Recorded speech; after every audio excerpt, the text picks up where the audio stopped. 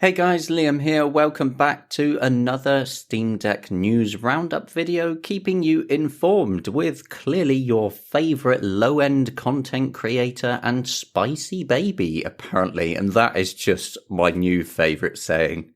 Now I'm going to start with a big one here because in a future release of the graphics driver used on the Steam Deck, we're likely to see far less stuttering in games that use DirectX 11 and earlier.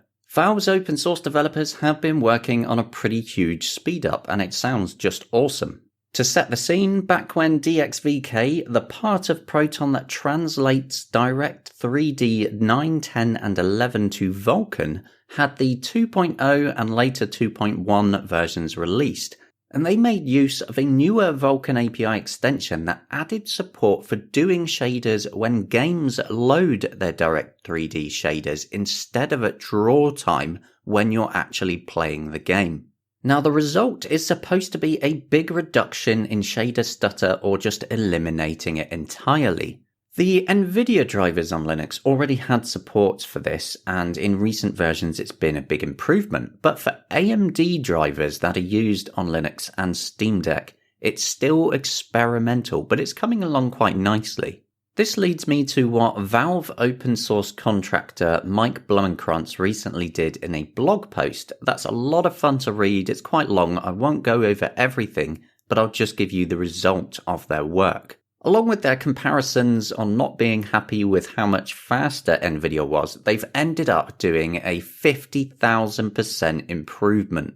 To be clear, we are talking milliseconds, but those do add up, and it's what causes all the stuttering, and so a future driver release, say in something like SteamOS 3.5, we're going to be seeing a pretty huge improvement to how games perform that use DirectX 11 and earlier. I cannot overstate how excited this makes me. It doesn't affect DirectX 12 since that's quite different and already quite a bit closer to Vulkan as an API anyway. But when a future SteamOS release pulls in all these driver updates, the experience is just going to be so much nicer. Some of you might remember that in a recent news video I talked a bit about how more EA games were being marked as deck playable due to fixes to the EA app in Proton.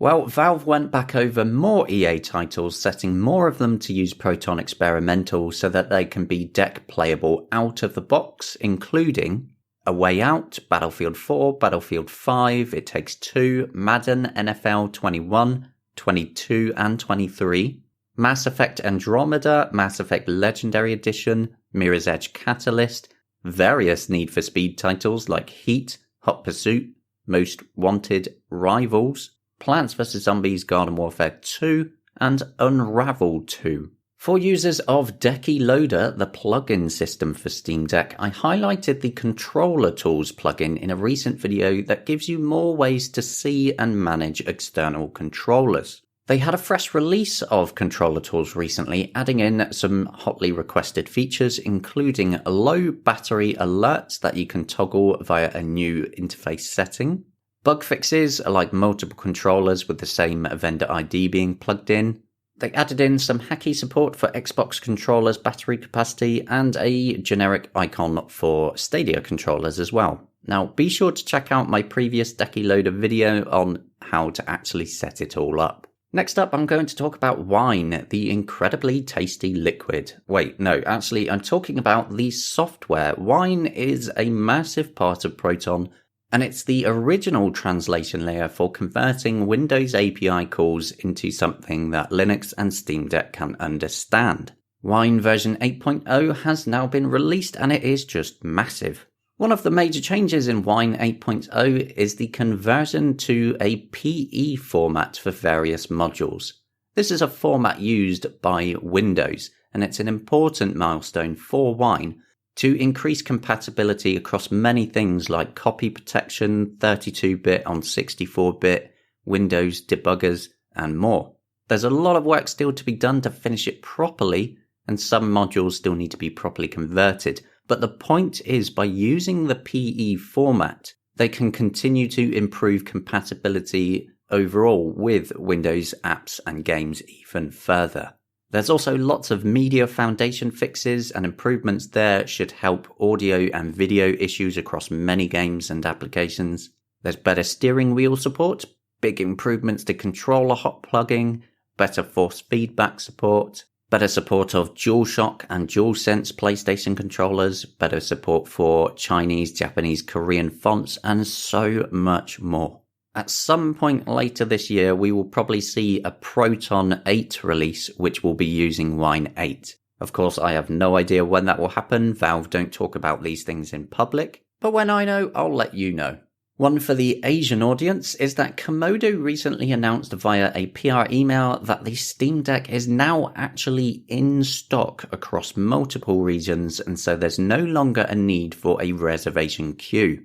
Like we saw in the West when we all tried to order it originally and we had to wait for weekly purchase emails to go out, they no longer need to do that either. This is obviously great news, and they said in the email that they have seen high demand, to the point that the 64GB model is in a queue specifically just in Japan because it's back-ordered due to the demand. All good news there, of course, as those regions sure do have a lot of people, and the more that use the Steam Deck, the more likely we are to see increased support from game developers. Now on to the subject of Ubisoft, because coming up on Steam we have the newer Trackmania releasing on February 2nd. This is already on top of Ghost Recon Breakpoint, The Division 2, Immortals Phoenix Rising, Assassin's Creed Valhalla, and Watch Dogs Legion.